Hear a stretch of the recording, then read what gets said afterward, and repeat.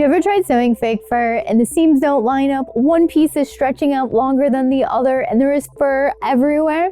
Well, today I have some amazing fake fur tips for you so that way all of your projects turn out great. And these tips aren't just for fake fur, they will apply to anything that has a pile. Before we get started, if you're really enjoying Sewing Anastasia, make sure you like and subscribe. It really helps out the channel a lot.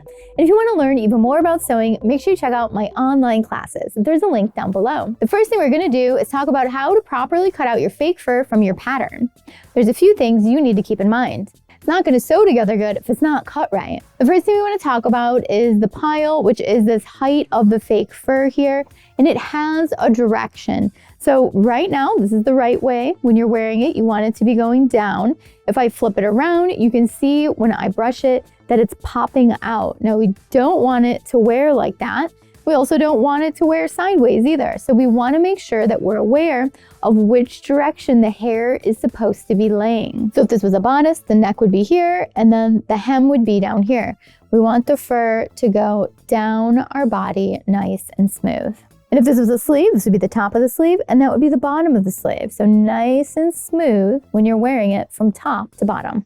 Now let's talk about cutting your faux fur. There is a trick to this so that way you don't chop off all of your fake fur on the outside and get weird looking seams that have short fur like this big. So when we cut the fur, what we're looking for is for the actual long furs to be coming over where we cut it. So this here was cut on the side, but you can see how the fur is coming over that fabric piece. And at the bottom, this one's wrong. So this one here, you can see that the fur is actually the same length as the piece of fabric here. So I'm going to show you how to get these nice fur seams here when we cut, without having to cut off all the little fibers. There are two ways that we can do this. The first method is going to be with a pair of scissors. So I'm going to be cutting this piece in half for my sample. And when we're doing this, we want to make sure that we are just clipping into the top layer. We're not going through the whole piece of fur here. So I'm just going to clip in enough so that way I am catching this back woven piece of fabric.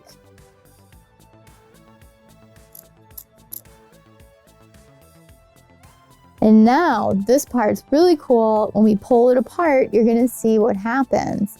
So the fur comes apart, and then when I flip it over, we have that beautiful fur at the side here coming over the seam. Now you do lose a little bit of it in the process, but you're still getting that beautiful fur coming over the edge. The next method involves having a sharp blade. So this method is same concept as the last one. We essentially just want to go through the top layer. Now this method does work really great for real fur as well. And you can see it's just popping right apart and we are just catching that top layer. We're not going all the way through cutting all of the fur pieces, the pile. So we're just cutting that back part open. And now you can see when we pull that apart, we've got that nice fluffy edge there. And then same thing on this side here. We've still got that really nice fluffy edge. We did not just chop it off like that. Now that you know how to cut fake fur, let's go over how to sew fake fur. For the first sample, I'm just gonna run the two pieces of fake fur through the sewing machine, like maybe you have before, and show you what goes wrong. And then I'll show you how to fix it.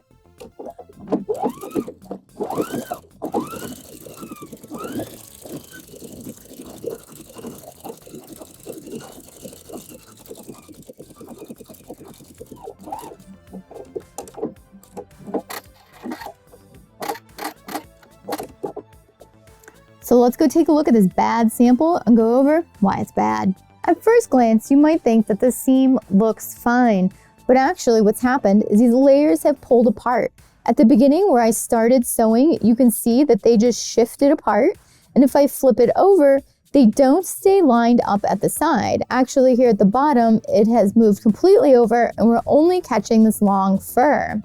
Also, we have long fur sticking out of our seam and we don't want that. And also you can see how this fur is being pulled into the back side, creating this little like tunnel here, so there's no fur popping up. all the fur that's supposed to be popping up is on the back side here. And also, if we look at the bottom, you'll notice that this piece is longer than the top piece. So these pieces have shifted while we were sewing them vertically and horizontally. So how do we fix this? So the first thing we need to do is make sure we tuck all this fur to the front side. So we don't want any of the fur to be on the back side of the garment. We want a nice furry seam. And then you can go ahead and pin or clip these layers together, but make sure you're pushing all that fake fur to the front. This is also going to make it easier to sew because it's going to be easier to see. There we go. So now we have all that fur pushed to the right side. There's no fur sticking out on the wrong side of the seam. Now that we have the fabric prepped, let's talk about sewing it. One of the best things you can use for sewing fake fur is a walking foot. So the walking foot, if we turn it over, has grippy feed dogs on the bottom of the foot, which clamp with the feed dog on the sewing machine, giving it a nice even feed through the machine. So it essentially clamps it and pulls it through, clamps it and pulls it through. The reason we had slipping on the other one, because there were no feed dog on the bottom of our regular foot. So the sewing machine I'm using today has a built-in walking foot. So there's a little lever in back. I'm going to pull down and hook under the foot. So I am engaging my walking foot. But if your machine doesn't have that, you can just buy a walking foot and attach it to your sewing machine. Now we need to adjust a few things on the sewing machine. Let's head over there and I'm going to show you how. I'm going to be using a straight stitch for this seam, but I'm going to make my stitch length 4.5. And I'm making it longer because it's going to pull through a little faster with the longer stitch, and we don't want it to get jammed up or stretch out our fabric with a shorter stitch. So a longer stitch is always best with fake fur. And I'm also going to adjust my foot pressure. For me, this is on the screen here, and I'm going to make it 3. And we're going to put less foot pressure on the fabric because our fabric is so thick. We don't want a lot of pressure on it, holding it in place. And these settings might be slightly different for you depending on your fabric and sewing machine, so always test everything out on a scrap first. I know I talked about engaging my walking foot before, and it's this little piece here, and now I'm ready to sew. So now I'm ready to sew this seam like normal. So we're going to back stitch in the beginning and then work our way down.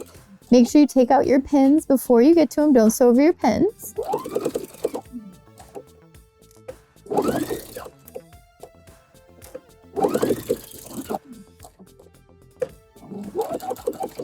Back stitch at the end. And let's take a look at it. So here's our fake fur sewn together the right way. Notice there's no fur poking out of that back seam. It is all tucked in to the front. So if we turn that over, you can see how the fur is popping out of the front. And if it's ever doing anything weird, you could always take a brush and brush it as well. So you can really see a difference between the one that didn't work and the one that worked out well. Everything's nice and even, end to end, and there's nothing poking out of the seam. And when we open it up, you can just tell a difference. This one just looks so much nicer than this one. And that is how you cut and sew fake fur. I hope these tips helped you out for your next fake fur project adventure. And I would love to know what you're making out of fake fur.